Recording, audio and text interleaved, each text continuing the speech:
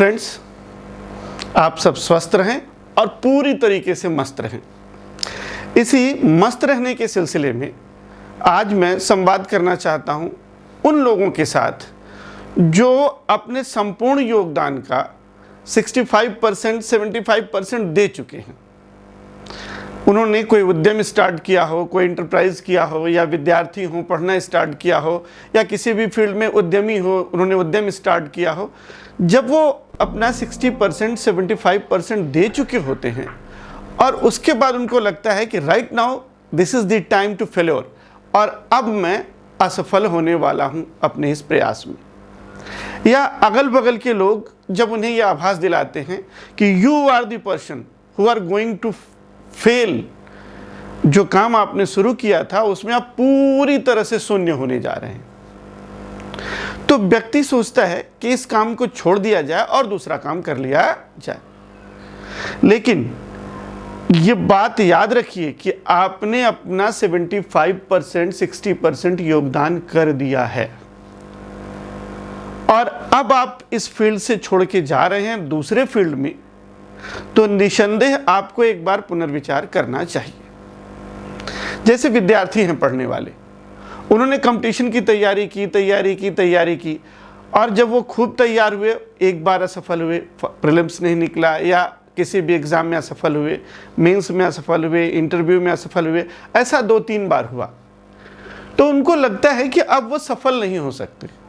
मेरा मानना है वो अपने को कम आंकते हैं और पूरी तरह से गलत है।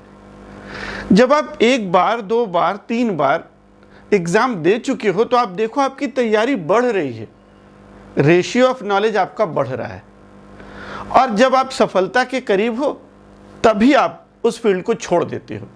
इसमें दोष किसी और का नहीं है, आपके अपनी समझ का है। तो उन्हीं लोगों से, ऐसे लोगों से जो ये सोचते हैं कि अब मुझसे नहीं होगा और मुझे छोड़ देना चाहिए, मैं संवाद करना चाहता हूँ। और इस संवाद का जो शीर्षक है वो बड़ा ही अच्छा है, आखिरी हथौड़ा। तो चलिए अब हम आखिरी हथौड़े के बारे में डिस्कस करते हैं। आखिरी हथौड़े से रिलेटेड एक कहानी है। वो कहानी यह है कि एक राजा था जिसने एक संगमरमर का टुकड़ा बहुत बड़ा देखा और अपने राज्य के सभी कारीगरों को बुलाकर बोला कि जो संगसार हों, जो मूर्ति बनाने वाले हों, वो आए और इस संगमरमर के टुकड़े से मूर्ति बनाए। एक बहुत प्रख्यात मूर्तिकार था, वो आगे आया और उसने कहा कि सर्टनली मैं इस काम को करूंगा, I will do this job.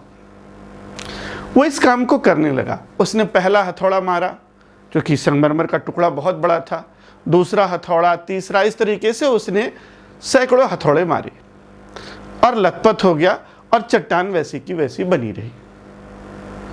उसने सोचा कि जब ये चट्टान ही नहीं टूट रही है तो मैं इस पे छेनी हथौड़ी चला के किस तरीके से मूर्ति बनाऊंगा, ये एक असंभव कार्य है।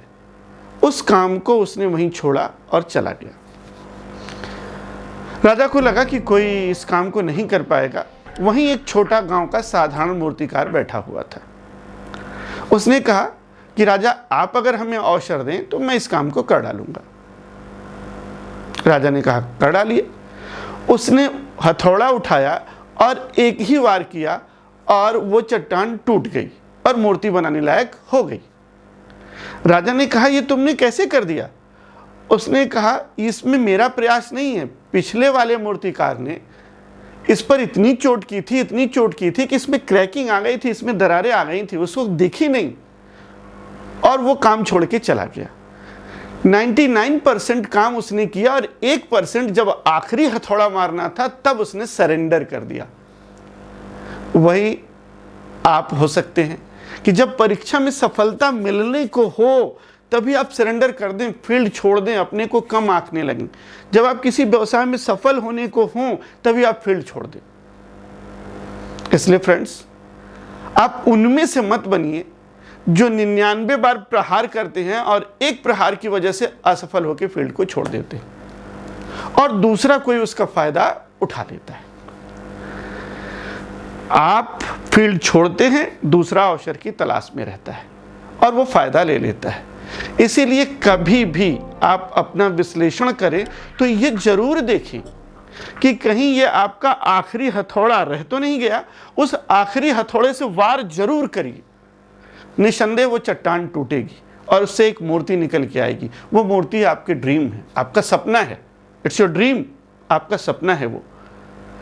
तो आप हमेशा प्रयास करिए और विश्लेषण करिए, और तब तक प्रयास करिए जब तक आखिरी हथौड़ा आप उस पर मार न दें और वो डिजायर्ड रिजल्ट आपको मिल ना जाए। क्योंकि आपने पहले से ही already you did a lot of work over that, पहले से ही आपने बहुत प्रयास कर रखा है। बस थोड़ा सा प्रयास और, a little bit effort, more and more, and there is success in your hand. आपके हाथों में क्या होगा? उस फील्ड में सफलता का एक वृक्ष होगा।